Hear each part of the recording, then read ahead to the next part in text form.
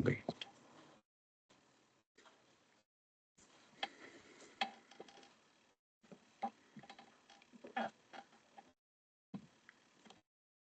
Bueno, la segunda asesoría es sobre enfermedades hepáticas, patología. Esta clase ya también la he llevado, así que ya la has llevado, así que más que todo para aclarar sería esta sesión. Bueno, vamos a hablar primero sobre la anatomía y fisiología hepáticas y sobre principalmente la unidad funcional. La unidad funcional del hígado es el hepatocito, es la célula principal, la unidad funcional y estructural y básica del hígado, es el hepatocito, ¿de acuerdo?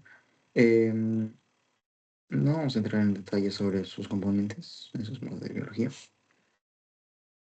Y vamos a pasar directo a las funciones del hígado. El hígado tiene muchas funciones en el cuerpo humano. Em, las principales, las que vamos a describir ahora, son metabolismo de lípidos y de carbohidratos, como es la síntesis de colesterol y triglicéridos, la gluconeogénesis y la glucogenólisis.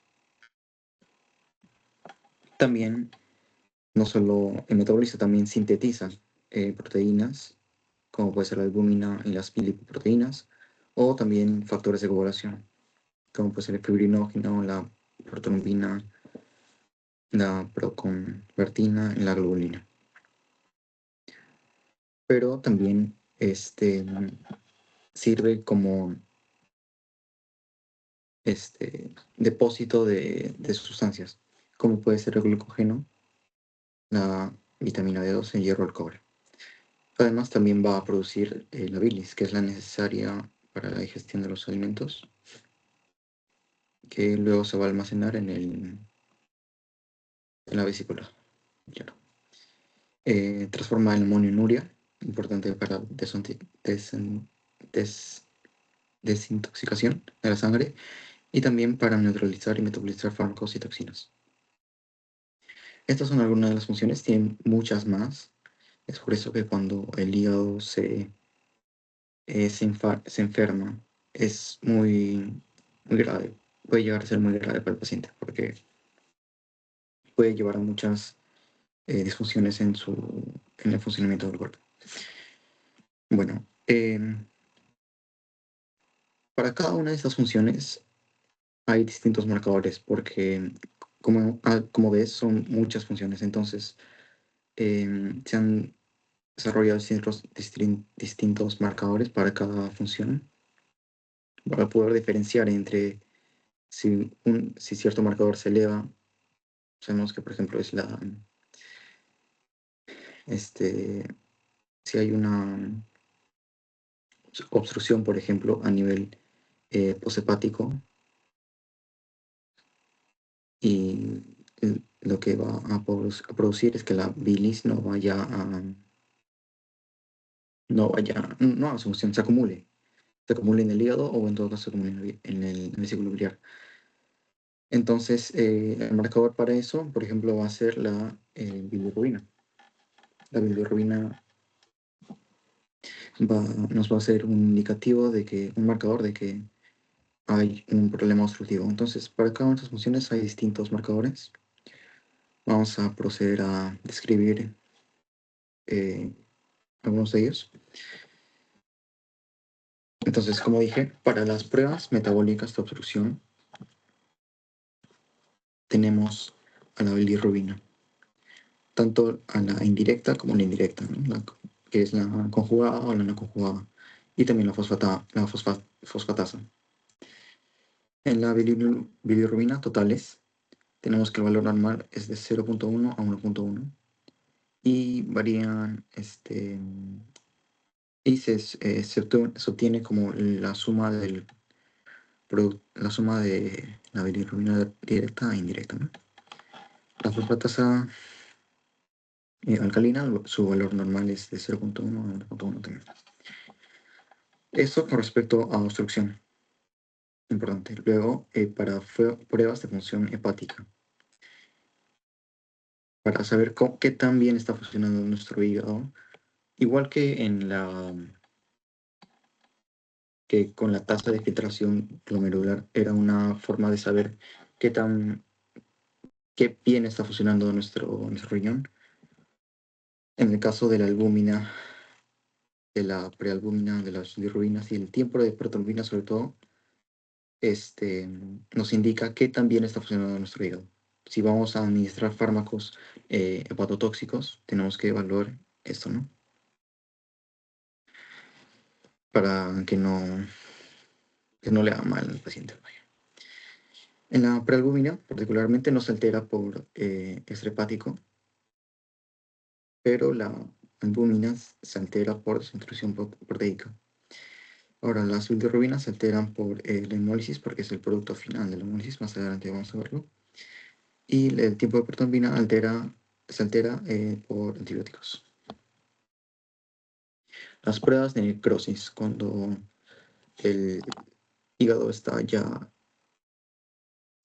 entrando en fases de necrosis,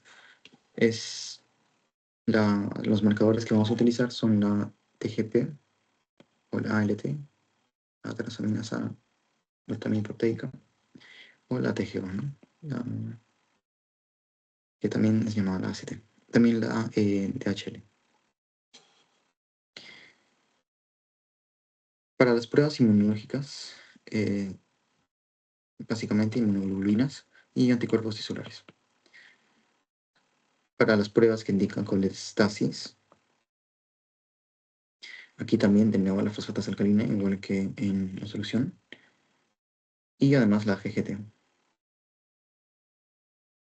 que su valor normal es de 10 a 50, que también varía de acuerdo al laboratorio, pero el laboratorio te indica cuál es su valor en la ficha de la prueba. Luego, las pruebas de síntesis proteica. La albúmina, que es una proteína, la protonubina, que también es una proteína, y la hipoalbuminemia, que significaría que hay disminución de albúmina sérica, ¿no? O que se da por destrucción masiva. Cada una de estas pruebas detecta, distingue y valoriza la magnitud de la lesión para que podamos vigilar la respuesta en el paciente. Entonces vamos a ver primero las bilirrubinas, tanto las totales como las fraccionadas. Este es un esquema de cómo se produce la bilirrubina. Acá tenemos la hemoglobina, en el cual se desdobla en su grupo hemo y la globina. Esta globina no nos va a interesar por ahora, sino el grupo hemo, que por medio de la enzima hemooxidasa se transforma en monóxido carbónico, biliverdina, importante, y hierro. Esta biliverdina, por medio de la enzima biliverdina reductasa, se transforma en bilirrubina. Y esta bilirrubina es la llamada bilirrubina no conjugada o la bilirrubina indirecta. Ahora bilirrubina no conjugada o indirecta. Se une a la albúmina e ingresa al hígado y se transforma en la bilirrubina conjugada por medio de la ODP glucorodiltransferasa. Bilirrubina conjugada o ya llamada bilirrubina directa. En el proceso de conjugación que se produce en el hígado. Luego de esta bilirrubina ya conjugada por medio de la bilis, se va a dirigir al intestino delgado, donde se va eh, a metabolizar por medio de la beta glucuronidasas en urobilinógeno, en estercobilinógeno y en la estercobilina, que es la que le da finalmente color a las heces. También este urobilinógeno se nos va a dirigir la orina que por medio de oxidación se va a producir la urobilina, que también le da este color a la orina. Esto ya lo escribimos en la anterior sesión. De que si encontramos bilirrubinas en, la, en, el, en el uroanálisis, significa que el paciente está cruzando por algún problema hepático. Bueno, eso con respecto a la fisiología de la bilirrubina. Y bueno, valores normales de la bilirrubina totales es de 0.1 a 1.1, ¿no? Se obtiene como la suma de la bilirrubina indirecta como directa. La bilirrubina indirecta o no conjugada es aquella que se incrementa por la producción de bilirrubina, se da en hemólisis o en eritropoiesis ineficaz, también por la alteración de la conjugación, como puede ser la enfermedad de Gilbert o de Krieger-Najjar. Y en cambio la bilirrubina directa o conjugada es la que incrementa mayor producción de bilirrubina sin colestasis en la enfermedad de, por ejemplo, Tubin-Johnson o en la enfermedad de Rodor, que es una enfermedad genética. Importante aquí, la ictericia neonatal.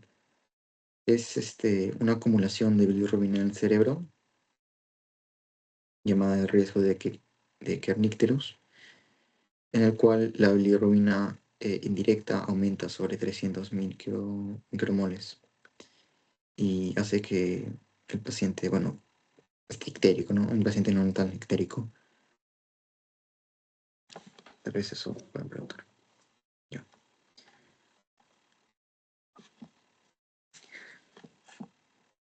Fosfatos alcalinos. Valores normales desde 40 hasta 130 miligramos por decilitro, pero varía de todas formas de acuerdo al laboratorio, sin que es importante ver. Es un rango diferencial que varía con la edad y es una prueba de colestasis, porque se da por el flujo biliar. Se obtiene por el flujo biliar. También puede manifestarse por obstrucción biliar, por masas o por cirrosis. La GGT o gamma-glutamina transpeptidasa, valores normales desde 11 hasta 50, que nos indica un desorden hepático. También puede ser se puede aumentar en colestasis y puede ser inducido por medicamentos. Si tenemos la GGT más la fosfatasa alcalina o ALP, significa que el problema está en el conducto biliar, ¿de acuerdo? O colestasia, el paciente está cursando por una obstrucción biliar. Luego, transaminasas. La GGT o LP, valores normales de 5.37 y la TGP o AST desde 10 hasta 41. Varían también, pero se ubican en distintos órganos. La TGO se ubica en el músculo cardíaco y esquelético y la TGP en el, es en el hígado, ¿no? Aquí una mnemotecnia para que te puedas acordar. TGP, hepato, ¿no? El hepatocito. Significa que se eleva porque, no, es específica del hígado. Como la TGO del músculo cardíaco o esquelético.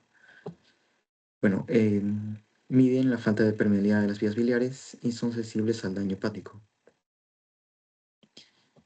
Sensibles al daño hepático. Así que es para el marcador de necrosis, ¿no? El marcador de necrosis. Albúmina. Esta es una proteína que se produce en el hígado de 5 a 6 gramos en pacientes sanos. Es una proteína transportadora plasmática, está en el plasma, que evalúa la síntesis proteica. Es un marcador que nos permite evaluar la síntesis proteica y es un factor de pronóstico para cirrosis, en el cual el paciente va a presentar hipoalbuminemia que se da por destrucción. ¿Ya? Así que en cirrosis aumenta la albúmina. DHL o deshidrogenasa láctica se obtiene por la oxidación reversible del ácido láctico versus el ácido pirúvico, y es indicador de necrosis también. Daño. Es poco específica porque se puede producir, se obtiene tanto del hígado, del músculo cardíaco. Entonces, no, si está elevada, no significa que hay necrosis en el hígado.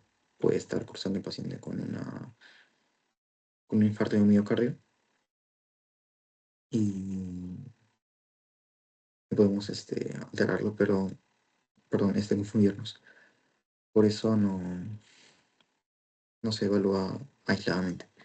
Luego, inmunoglobulinas, el valor normal se obtiene como proteína total menos las proteínas totales menos la albúmina. Están elevadas en gamopatías y en enfermedad hepática crónica.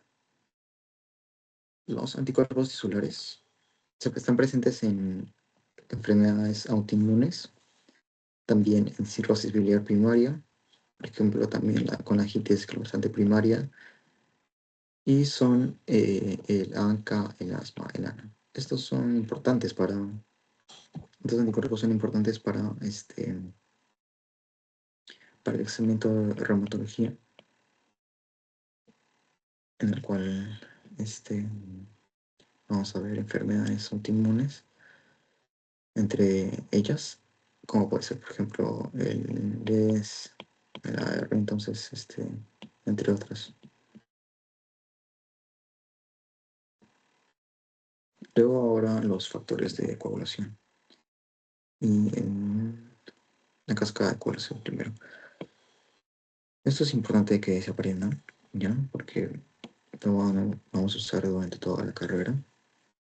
Hay dos vías, vía intrínseca y extrínseca, en cual se une la vía común.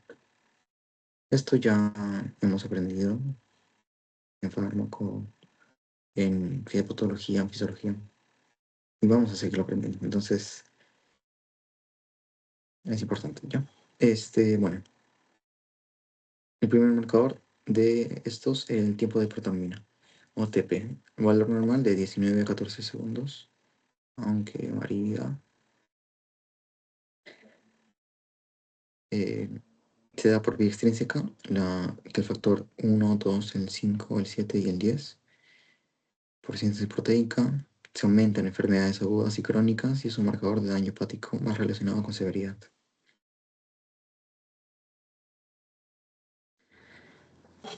El tiempo de tromboplastina parcial activado, valor normal de 25 a 45 segundos, y este está presente en la vía intrínseca. Ya, diferente. Y el el tiempo de trombina, que ya se da en la vía común. Hay factores dependientes de vitamina K. Acá tengo una memotecnia. 2 más 9 es igual a, perdón, 2 más 7 es igual a 9, pero no 10. No 10. Ya, entonces estos son los factores que dependen de vitamina K. Factor 2, factor 7, factor 9 y el factor 10. Y adicionalmente también el INR, que se obtiene como el tiempo de protrombina del paciente sobre el tiempo de protrombina del laboratorio, ¿no? El tiempo de interferencia. Bueno, esto con respecto a marcadores de enfermedad hepática. Ahora vamos a ver la virología hepática. virus patotróficos. Estos son los virus que van a afectar al hígado. Son todos de ellos producen cronicidad. Es muy menos el virus de hepatitis A. Los demás sí. Producen cronicidad en el paciente, así que es importante poder reconocerlos a tiempo. El único que presenta ADN, por ejemplo, también es el virus de hepatitis B. Los demás tienen ARN. El mecanismo de transmisión del hepatitis A, virus de hepatitis A, vía fecal oral, la hepatitis B, parenteral sexual vertical, la hepatitis C, no se sabe, y la mayoría no se sabe, pero algunas son parenteral sexual vertical. Hepatitis D, confección o semi-infección por virus de hepatitis B. Y la virus de hepatitis C por vía fecal oral. ¿De acuerdo?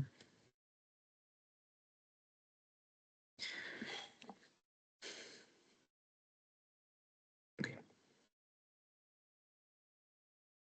Vamos a ver los más importantes, que es el virus de hepatitis B y el virus de hepatitis C. Primero, el virus de hepatitis B. Se da por detección de del antígeno de hepatitis B de superficie.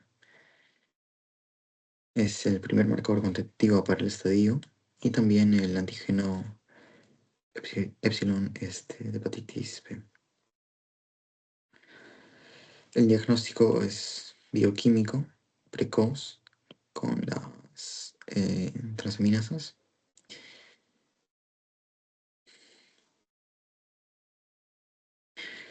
Con respecto a su ser conversión, los anticuerpos anticore con anticuerpos anticore son nos va a indicar una infección reciente. En cambio, los anticuerpos, los anticuerpo anti-antígeno de superficie nos indica una infección ya crónica, una hepatitis crónica. Así que core es infección reciente y de superficie es crónica. Objetivos terapéuticos, básicamente la integración de biomarcadores para optimizar el tratamiento antiviral con interferón alfa. Aquí vemos el virus hepatitis B, en el cual encontramos el antígeno de superficie más hacia afuera, eh, y el antígeno de core que más hacia el núcleo. En medio de estos dos, del antígeno de superficie y el antígeno de core, se encuentra el epsilon, ¿ya? Que está en el medio. Y bueno, tiene su cadena de ADN polimerasa, ¿no? Que es el único, como dije, que tiene ADN. Esto también es importante que te aprendas sobre el antígeno de epsilon, del core y superficie. Respecto a su fisiopatología y evolución, bueno, el virus va a ingresar al hígado, se replica sin producir daños o lisis celular, permanece sin producir daño y puede haber respuesta inmune celular y humoral dirigida a los hepatocitos infectados. Ya con el pasar de la infección, lo que va a producir una hepatitis aguda. Ahora, dependiendo de la respuesta inmune dependiendo de la respuesta inmune del paciente, se puede clasificar entre asintomático o sintomático, ¿no? El asintomático, que es el mayor en cantidad, se curan más del 80%. En cambio, los sintomáticos, el 30%, pueden cursar con una hepatitis crónica, este, eh, menor al 5% de la población, que es sintomática, y con una hepatitis fulminante menor a 1%. Si progresa a una hepatitis crónica, este puede desembocar en que el paciente es asintomático en el 30%, o puede estar cursando una hepatitis crónica activa o hepatitis crónica persistente. En cualquiera de estos dos va a producir una fibrosis con el pasar del tiempo y una cirrosis o cáncer de hígado, ¿no? Y cáncer de hígado, que va a derivar en esos en 2 al 6%. Entonces, depende mucho de la respuesta del sistema inmune del paciente, porque si no puede progresar a una enfermedad muy, al cáncer o cirrosis, ¿no? Hepatitis C. Esta es una infección crónica, generalmente asintomática. Se da principalmente una confección de tanto hepatitis B como C. Es una infección mucho más severa y de mayor tendencia a cirrosis o carcinoma. Después de 20 años se puede manifestar como cirrosis entre el 20 y el 30% de los pacientes. Y toda persona con resultados, es importante, positivo de tamizaje para el virus de hepatitis C, que corresponde a una prueba positiva del anticuerpo hepatitis C, se debe realizar la confirmación de la infección virémica por una prueba de amplificación del ácido nucleico cuantitativa o cualitativa sensible para la detección del ácido del ARN del virus de la hepatitis C. Ya, porque pues entonces ¿cómo se interpretan las pruebas diagnósticas para este virus? Podemos tener el primer resultado del anticuerpo contra el virus de hepatitis C, ¿no? El anti-VHC, es positivo, ¿no? Supongamos. Entonces, luego tenemos que pasar, como dice aquí, a la confirmación por medio del ARN de este virus. Puede ser tanto de PCR cualitativo o de RT, PCR de este virus también, que en específico mide la carga viral. En cambio, esto es una prueba de cadena de polimerasa. Reacción de cadena de polimerasa. Bueno, si resulta positivo en el PCR y detectable con la carga viral, significa que hay presencia de infección. Pero si resulta negativo, y aquí indetectable, significa que es una hepatitis resuelta o es un falso positivo. Hepatitis resuelta, ¿por qué? Porque ya presenta el anticuerpo, pero está negativo el PCR y la carga viral. O falso positivo, significa que el paciente no está cursando con la infección, ¿no? Bueno, hepatitis C. Se produce la infección y el 80% de los pacientes se van a curar, y el 20% va a producir una inflamación crónica que va a progresar a cirrosis, y luego esta cirrosis perdón, una fibrosis, que esta fibrosis va a producir cirrosis, y del 2 al 6% por año va a producir un cáncer.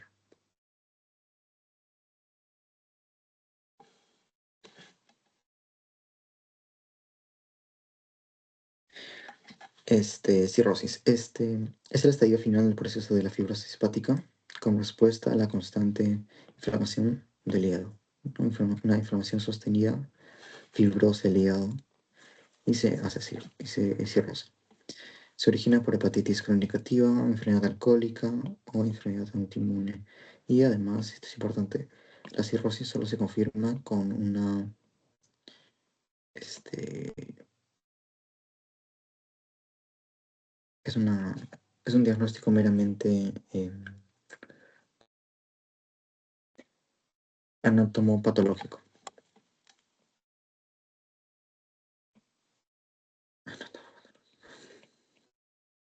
¿Ya? No, si no, si no estudiamos el tejido de ese hígado, no podemos asegurar que está cirrósico, que está cirrótico. Podemos decir que está fibroso nada más. ¿Ya? Y esto, la intoxicación que va a producir una encefalopatía hepática por el amonio. ¿Qué pasa aquí? Bueno, cuando el hígado está cirrótico, la urea de aquí va a aumentar, perdón, el amonio va a aumentar. ¿Por qué? Porque no va a poder producir bien no va a poder metabolizarlo, el hígado. Este amonio va a depositarse tanto en el músculo como en el hígado. Y también se puede producir una encefalopatía hepática.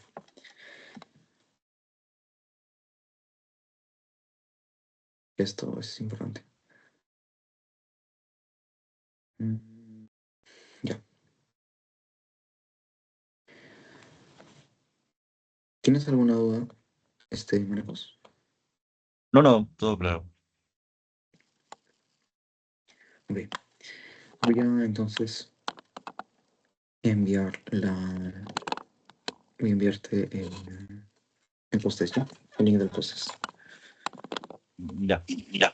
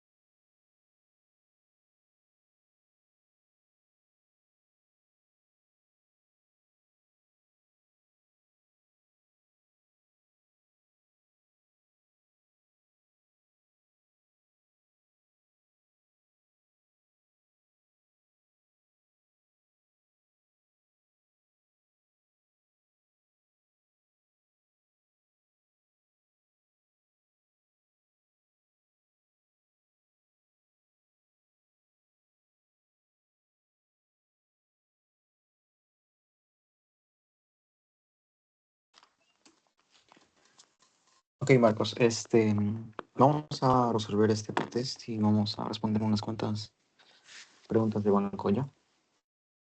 Ya. Ya.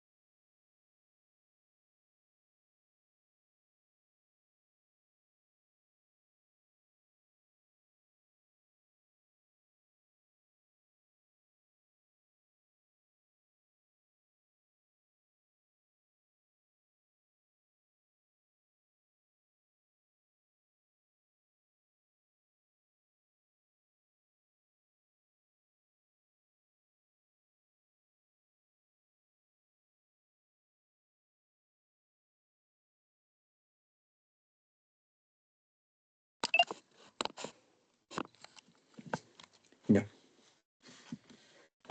Ok.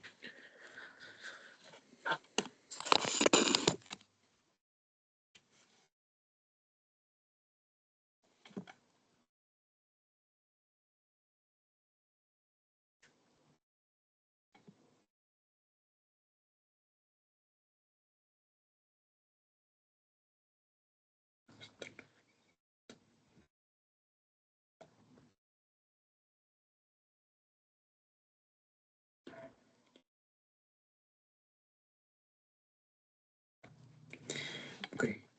Bueno, como lo has hecho todo bien, vamos a solo repasarlo rápido, ¿ya? Mujeres de 70 años con diagnóstico de hepatitis crónica por alcoholismo, ¿cuál de las siguientes pruebas es más acorde a la existencia de cirrosis? Bueno,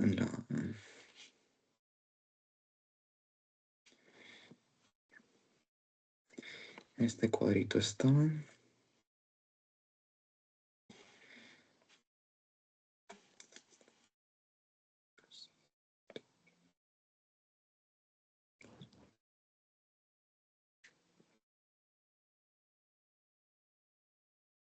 Ya. Existencia de cirrosis. Bueno, esto se ve con la prueba de función hepática, porque, por ejemplo, no disminución de globulinas. Esto se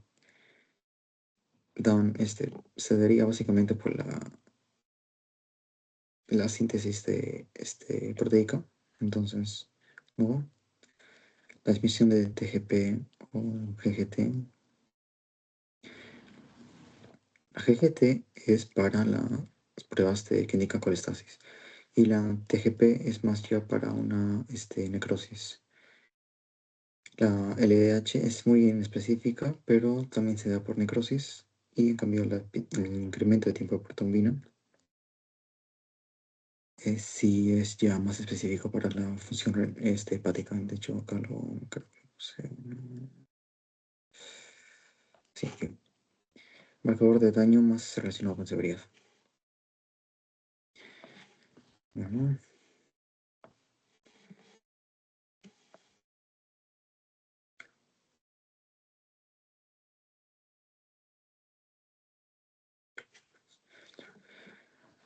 mujeres de 32 años que presentan ictericia, se le realizan transaminasas, fosfatos alcalina, GGT, albuminas, dando todas dentro de los valores normales. Asimismo, hemoglobina en 9 y bilirrubinas incrementadas a predominio indirecto.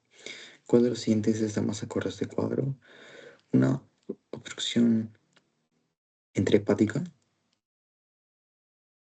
No, porque dice bilirrubina,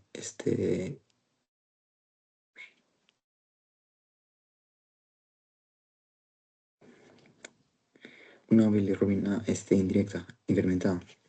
Cirrosis, no, tampoco, porque está las pruebas de albúmina de transaminasa correctas. La obstrucción extrahepática. Aquí, no, tampoco porque dice a predominio indirecto. Si fuera a predominio directo, ahí sí sería obstrucción extrahepática, porque ya habría ya pasado por el hígado. Hepatitis.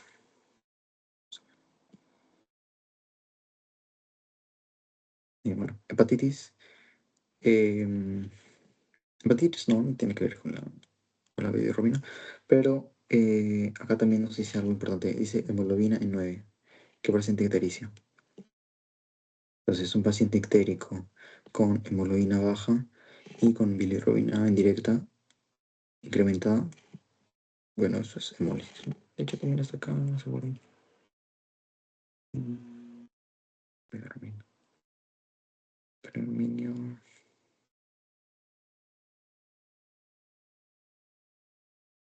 Pasa, predominio indirecto, hemólisis. Ya. Eh, ¿Cuál de los siguientes factores de coagulación depende de la vitamina K? Bueno, la técnica que dije, ¿no? De 2 más 9 es igual, perdón, 2 más 7, 2 más 7 es igual a 9, no 10. Así que esta. En cuanto a cuál es el orden de ubicación desde la parte externa hacia el interior de los diferentes antígenos del virus de la hepatitis B, bueno, desde el exterior sería primero la superficie, ¿no? Aquí está. Superficie, luego el epsilon y el core. Superficie, epsilon y core, los antígenos. Y por último, en el contexto de una evaluación inicial de la función hepática, ¿qué prueba de laboratorio se utiliza comúnmente para evaluar la capacidad del hígado para sintetizar proteínas? Bueno, sintetizar proteínas ya nos debe dirigir hacia albúmina, pero de todas formas vamos a ver las demás.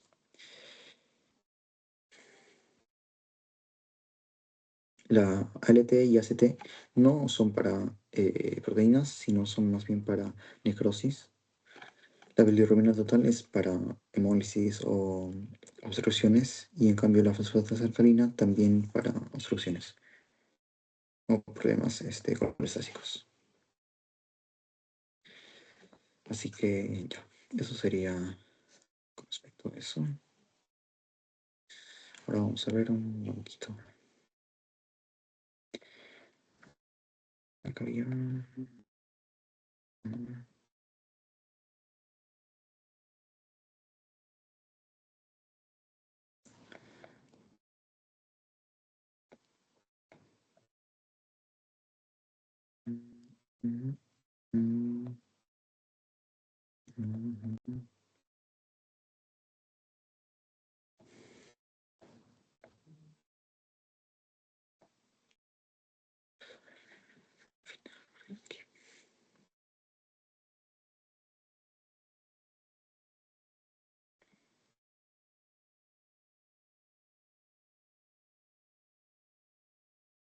Ya, mira, esta.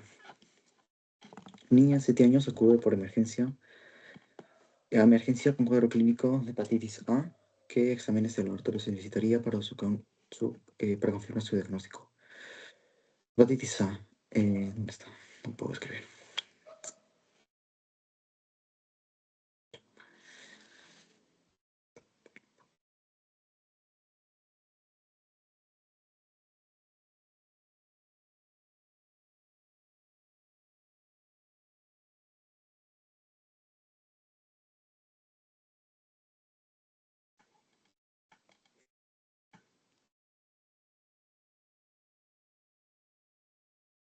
Ya aquí.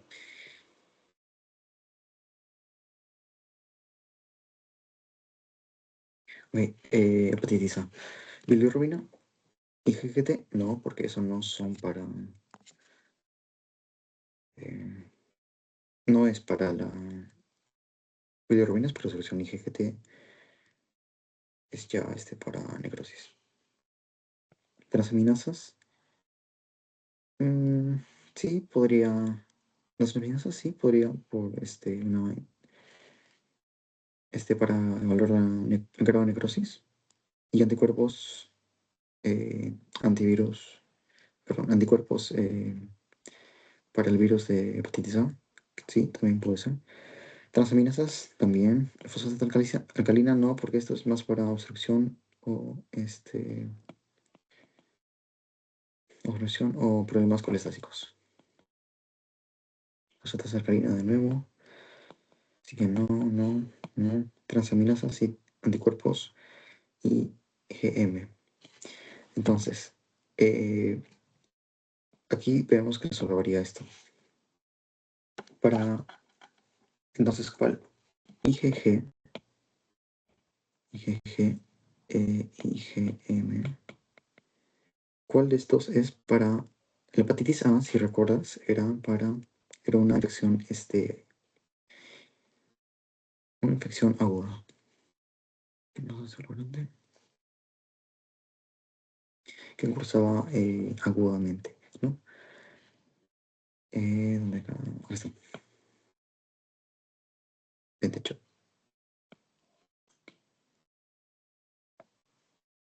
Mm, Ya, 28 días. Y de agudo, pero cuál de las inmunoglobulinas se da en un contexto agudo? Bueno,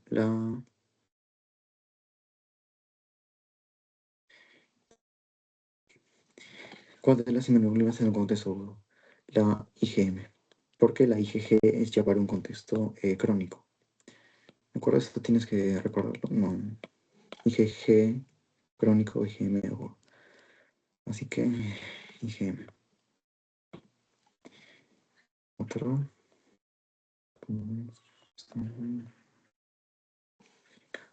Aquí está. Varón de 50 años, alcohólico crónico con varices esofágicas por hipertensión portal, palidez marcada, abdomen batraciano que presenta citis, al extraer líquidos. No, esto es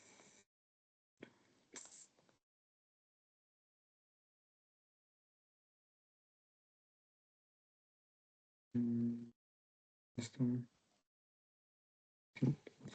A ver. Estudiante de medicina de 20 años, aparentemente sano, sin antecedentes de importancia, vacunado contra estos y hepatitis B. ¿Qué resultados prevén contra los siguientes marcadores serológicos? Bueno, acá tendríamos que tendría que estar positivo. Primero, el antígeno, el anticuerpo para anti virus de superficie, ¿no? Porque creo que he puesto un cuadro, no, esa está en la frase, ya. Pero de todas formas, se marca primero se da positivo el de superficie y negativo el de core, ¿de acuerdo? Esto está en tu teoría. Positivo el de superficie y negativo el de core. Luego no tiene que ver el de epsilon. Esto, bueno, dije, no. Es esto, ya. ¿No? Sí.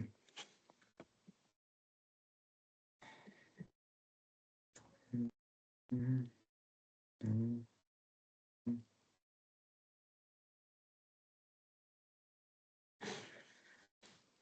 Uno más. Bueno,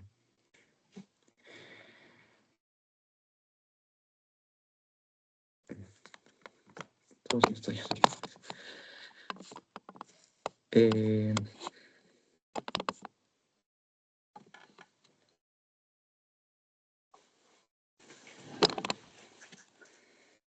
Si tienes más preguntas, podrías pasármelo para resolverlo. Si no, eso ya.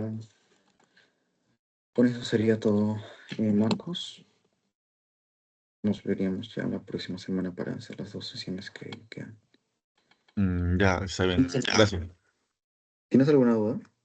No, por ahora no. Todo claro. Ok, cualquier duda, me escribes normal en el grupo o si no ahí en personal, en privado. Mm, Y Ya, ya. ya Gracias se ven. por estar aquí. Ya se ven. Gracias. A Hasta ti. luego. Chao, chao.